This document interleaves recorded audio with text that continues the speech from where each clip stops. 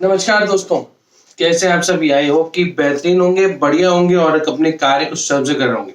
अच्छा, मैं आज बात करूंगा एसबीआई पीओ की। अगर आप तैयारी करना चाहते हैं तो आपको ये 3 वीडियो बनाऊंगा मैं। बेसिकली एक वीडियो बता करूंगा मैं रीजनिंग के बारे में, अगली वीडियो में बताऊंगा मैथ्स के बारे में, और उसके बाद अगली वीडियो में बताऊंगा ओवरऑल स्ट्रेटेजी आपको कैसे फॉलो करनी है अगर आपको एसबीआई पीओ को क्रैक करना है। देखो ध्यान से, बहुत समझ कुछ करना। अगर मैं बात करूं एसबीआई पीओ के डिटेल सिलेबस के बारे में, तो थोड़ा सा मैं आपको बता देता हूं कि जो रीजनिंग होती है वो कुल 4 या 5 भागों में डिवाइडेड होती है। ठीक है, कौन कौन सी होती है? एक होती है कॉमन सेंस रीजनिंग, एक होती है एनालिटिकल रीजनिंग, एक होती है लॉजिकल रीजनिंग, एक कॉमन सेंस एसएससी रीजनिंग, और एक होती है नॉन वर्बल रीजनिंग। ठीक है, तो कुल 5 भागों में होती है। पर आपके एसबीआई में 3 तरह की रीजनिंग यूजुअली पूछी जाती है। पर वहां पे आपके सिलेबस में होगा, वहां पे लिखा होता है हाई लेवल रीजनिंग। वो क्या होती है वो भी बताऊंगा, पर उससे पहले आप समझो कि आपको सिलेबस में क्या क्या प्रिपेयर करना है, कैसे प्रिपेयर करना है। सबसे पहले तो बात करें कॉमन सेंस रीजनिंग की। कॉमन सेंस रीजनिंग की तो ये यहाँ पे आपकी सबसे पहले टॉपिक है अल्फाबेट। अगेन अल्फाबेट का मतलब देखो, अल्फाबेट जब आ गया ना तो अपने आप में 5 टॉपिक आ गए। अल्फाबेट खुद, अल्फाबेट टेस्ट जो है, फिर आपकी सीरीज भी आ गया, आपके क्लासिफिकेशन भी आ गया, और आपके कोडिंग डिकोडिंग भी आ गया। और यहाँ पे कोडिंग डिकोडिंग जब आता है तो कोडिंग डिकोडिंग में बाय डिफॉल्ट आजकल जो चल रहा है वो चाइनीज कोडिंग डिकोडिंग और मैथमेटिकल कोडिंग डिकोडिंग का फंडामेंटल चल रहा है। ठीक है, तो अल्फाबेट टेस्ट अपने आप में बहुत बड़ा टॉपिक है, बहुत सारे सब टॉपिक इसमें आते हैं। फिर दूसरा टॉपिक है आपका by default is direction test. ठीक है, अब डायरेक्शन टेस्ट के अंदर आपके दिशा ज्ञान परीक्षण है, पर दिशा ज्ञान के आधार पर कई बार छोटी छोटी पजल पूछ ली जाती हैं जो कि दिशा ज्ञान परीक्षण के आधार पर होंगी। तो डायरेक्शन यानी दिशा ज्ञान परीक्षण है, पर ये काफी तक लिंक करेगा किससे? फ्यूचर में पजल के साथ भी। तीसरा टॉपिक है ब्लड रिलेशन यानी खूनी संबंध, रक्त संबंध। देखो ब्लड रिलेशन एक बहुत महत्वपूर्ण टॉपिक है, क्योंकि जब ब्लड रिलेशन आपको क्लियर होता है तो ब्लड रिलेशन की कई बार क्या होता है कि इसके लिंक होता है सेटिंग अरेंजमेंट के साथ, और ब्लड रिलेशन का लिंक होता है पजल के साथ। सेटिंग अरेंजमेंट कैसे कि ब्लड रिलेशन भी देगा, प्रोफेशन भी देगा, और सेटिंग अरेंजमेंट का कॉन्सेप्ट उसमें देगा। तो अगर आपको ब्लड रिलेशन के फंडामेंटल क्लियर है तभी आप सेटिंग अरेंजमेंट को मैनेज कर पाओगे, अदरवाइज आप मैनेज नहीं कर पाओगे। नेक्स्ट टॉपिक है मैथमेटिकल रीजनिंग। इसमें थोड़ा मैथमेटिक्स का कुछ पोर्शन आता है जिसके बेसिस पे आपको कैलकुलेशन लगानी होती है, दिमाग लगाना होता है। फिर है एक जो आजकल बहुत ट्रेंड में है, वो है binary operations. That is again very important topic, binary operations, क्योंकि ये कोडिंग डिकोडिंग मानते थे पर लोगों से गलती हो जाती थी और काफी तक लोगों को समझ में भी नहीं आया था बहुत किस तरह के क्वेश्चन होते हैं, क्या जल्दी से मैनेज करना होता है। तो binary operation is very important. Then finally series are there. Series एक क्या होती है? सीरीज होती है इसमें बहुत सारे अक्षर, वर्ड, अंक, सिंबल्स होते हैं, और आपको उसके बेसिस से 5 या 6 तरह के क्वेश्चन आपसे पूछे जाते हैं। ये भी एक महत्वपूर्ण टाइप है। तो कुल मिला के ये कॉमन सेंस रीजनिंग का भाग है। कॉमन सेंस रीजनिंग का ये बाय डिफॉल्ट पार्ट होता है।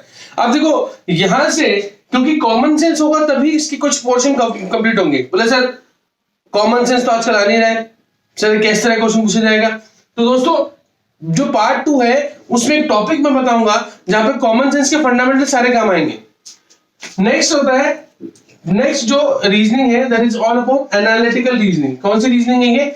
एनालिटिकल रीजनिंग बोलते हैं इसको। और एनालिटिकल रीजनिंग में क्या क्या आता है? सबसे पहले इक्वलिटी एंड इक्वलिटी, फिर आता है सिलोजिज्म, फिर एक आता है डिसीजन मेकिंग, एक आता है पजल, एक आता है सेटिंग अरेंजमेंट। ठीक है, एक जो टॉपिक है जिसका नाम मैं आपको क्लियर कर देता हूं, जिसमें एक आपके पास स्टेटमेंट होगा और उस स्टेटमेंट के बेसिस पे आपको बताना होगा कि इस स्टेटमेंट का आंसर किन 2 प्रॉब्लम से, 2 अलग जो नीचे स्टेटमेंट से आंसर आ सकता है या नहीं आ सकता है। ये बहुत महत्वपूर्ण है। That is very important topic and it is all about problems of statement. जब प्रॉब्लम स्टेटमेंट की बात की जाती है तो ये बहुत महत्वपूर्ण टॉपिक है, और प्रॉब्लम स्टेटमेंट को सॉल्व करने के लिए आपको इन सभी टॉपिक का ज्ञान होना चाहिए। अगर आपको ये टॉपिक का ज्ञान नहीं है तो आप एक बहुत बड़े ट्रबल में हो जाते हैं। इन प्रॉब्लम को आप हैंडल नहीं कर पाएंगे अगर आपको ये टॉपिक नहीं पता है तो। हालांकि प्रॉब्लम स्टेटमेंट को बाय डिफॉल्ट ये कुछ टॉपिक है, इनके आधार पर भी सॉल्व किया जाएगा, क्योंकि ये पूरी रीजनिंग का एक कॉम्बिनेशन है। रीजनिंग अगर आपको आती है तो ये तभी आप ये प्रॉब्लम सॉल्व कर पाएंगे। तीसरा जो भाग है that is all about logical reasoning. Logical reasoning में मुख्य रूप से 5 या 6 टॉपिक है। कौन कौन से बता दूं? एक है अजम्पशन, पूर्वानुमान। दूसरा है कोर्स ऑफ एक्शन यानी कथन और कार्यवाही। तीसरा strengthening and weakening of the statement, ये काफी हद तक आर्गुमेंट से रिलेटेड होता है। आर्गुमेंट मतलब कि आप किसी स्टेटमेंट को बताएंगे कि ये तर्क सही है या गलत है, तर्क। एक होता है कंक्लूजन, एक होता है इन्फ्रेंस। ठीक है, ये 5 या 6 टॉपिक हैं जो कि आपके लॉजिकल रीजनिंग में है। अब देखिए ध्यान से हमें कुछ करना।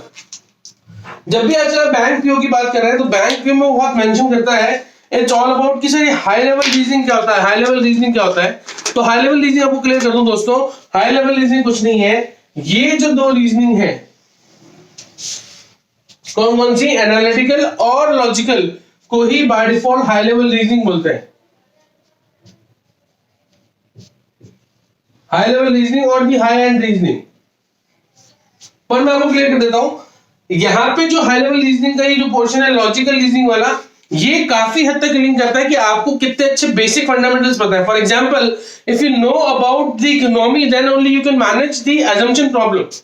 क्योंकि वो एक स्टेटमेंट देगा, ये एक पैराग्राफ देगा in which they used to ask any some economic issue and you have to conclude that कि अगर ये स्टेटमेंट बोला गया तो उसके पीछे पूर्वानुमान क्या, मतलब कि उसके थॉट प्रोसेस में क्या होगा। RBI governor decide to reduce the SLR और the CRR in this bimonthly report और बाय मंथली पॉलिसी। तो आपको पता होना चाहिए आरबीआई का थॉट प्रोसेस क्या होता है मनी कंट्रोल को मैनेज करने के लिए। अगर आपको वो नहीं पता तो आप इसका आंसर नहीं दे पाएंगे, क्योंकि स्टेटमेंट तो ये दे दिया, फिर कंक्लूजन देगा that RBI wants to enhance the production in the country hence they want to reduce such kind of things. एक वो बोलेगा कि वर्तमान में इन्फ्लेशन बहुत ज्यादा है इसलिए रिड्यूस कर रहे हैं। अब कॉमन से लगाना कि इन्फ्लेशन ज्यादा तो भैया मनी कंट्रोल करने के लिए उसको बढ़ाया नहीं जाता, कम किया जाता है। लॉजिक्स आपको क्लियर होनी चाहिए, तभी आप अजम्पशन को, थॉट प्रोसेस को करेक्ट वे में डील कर पाएंगे, अदरवाइज आप नहीं कर पाएंगे। RBI decide to reduce an NPA in India, उन्होंने कोई एक्सप्लिसिट पॉलिसी बनाई है, तो आपको पता होना चाहिए कॉन्टेक्स्ट में, पॉलिसी कॉन्टेक्स्ट है या उस समिति का जो कॉन्टेक्स्ट है वो क्या था, then only you can give this answer in a proper way. मतलब ये बहुत बहुत बहुत महत्वपूर्ण पार्ट है, क्योंकि ये मानता हूं कि ये जो पोर्शन आप डील करते हैं तो you should have very good knowledge about the current scenario. Current scenario में क्या सिचुएशंस चल रही हैं, करंट सिनेरियो में क्या क्या हो रहा है, then only you can give this answer in a proper way, otherwise it's very difficult to give the answer. आपको करना ही होगा कि आपको क्लैरिटी के साथ समझना होगा कि ये जो प्रॉब्लम है, जो स्टेटमेंट है, उसको कैसे मैनेज किया जा रहा है। आपकी करंट पर्सपेक्टिव में क्या सोच है आरबीआई की, इंडियन गवर्नमेंट की, या कोई भी एक आदमी जो इस प्रॉब्लम को डील कर रहा है। अब जैसे कथन कार्यवाही है, कार्यवाही में आपको बहुत क्लियर में, वैसे देखो क्या होता है, इन सब के रूल्स होते हैं। मैं बता दूं, whenever we deal about all these topic, तो यहां पे कुछ रूल्स होंगे। रूल्स अगर आपको क्लियर है तो आपसे कोई गलती नहीं होगी। अगर रूल्स आपको क्लियर है, जैसे कथन कार्यवाही में एक रूल है बहुत सिंपल कि आप कभी भी ऐसा कोर्स ऑफ एक्शन नहीं अप्लाई करेंगे जिसके बेसिस पे आप ह्यूमन वैल्यूज को डिवैल्यूएट करें या फिर आपके जो मानवाधिकार है उसका हनन हो। ठीक है, कि भैया जैसे मान लीजिए एक स्टेटमेंट है कि भारत में लगातार भ्रष्टाचार की समस्या बढ़ती जा रही है। कार्रवाई है कि समस्या से निपटने के लिए दोषियों को तुरंत रूप से फांसी की सजा दी जाए। ऑप्शन 2,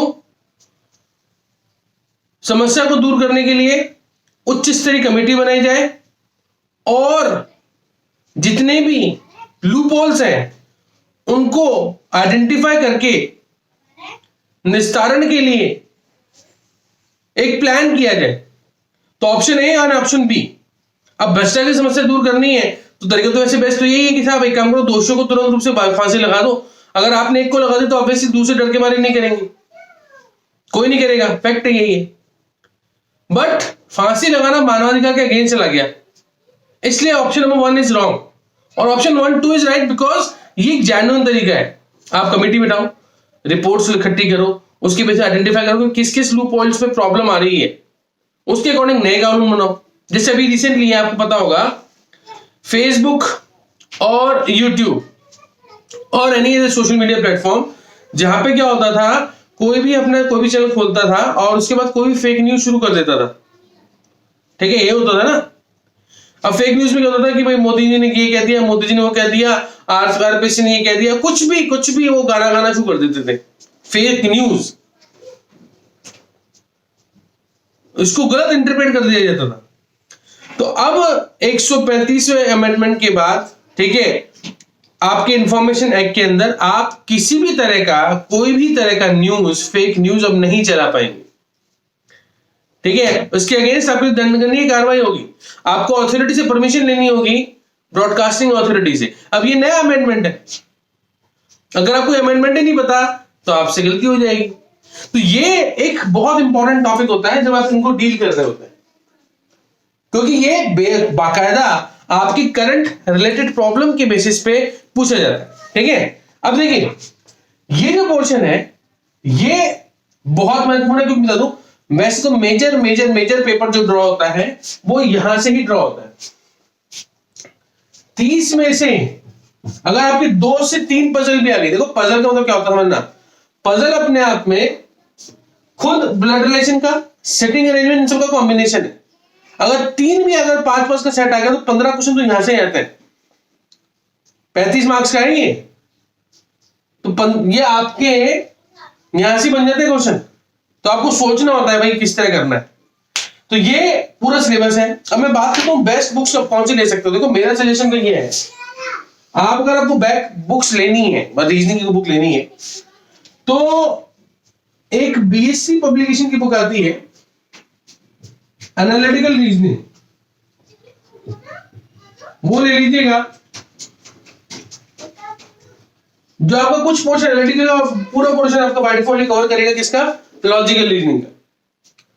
आप अरिहंत पब्लिकेशन की बुक भी ले सकते हैं पीओ के लिए।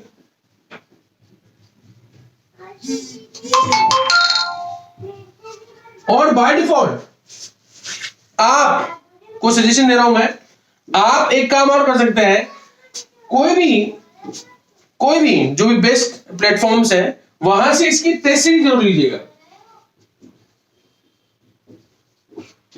जिसमें आप कम से कम 2 से 3 कम से कम देनी है, 2 टेस्ट आप पर डे के दें, ताकि आपको अपनी एफिशिएंसी और एक्यूरेसी पता चले कि वेयर यू आर लैकिंग। देखो मैं जब पीयू की बात करता हूं तो एक बहुत वाइड सिलेबस होता है, बड़ा सिलेबस होता है, बट अपनी एफिशिएंसी चेक करने के लिए आप जरूर ये काम करें, क्योंकि आपको क्लैरिटी आएगी। बाकी हम तो आपकी हेल्प के लिए हमेशा हैं, कोई दिक्कत वाली बात है नहीं। आपका जैसा भी आपको सजेशन हो, आपको कोई भी डाउट हो, कोई भी शंका हो, तो आप डेफिनेटली आप कभी पूछ सकते हैं। हम इसकी क्लास के बारे में बता देंगे कि कुछ वीडियोस हमने बना रखे हैं, आप उनको देख के शुरू कर सकते हैं अपना काम, कोई दिक्कत नहीं, आपको आएगी नहीं। तो लगातार बने रहें और चैनल को सब्सक्राइब करना ना भूलें। और बस इतने में चाहता हूँ। धन्यवाद, थैंक यू सो मच।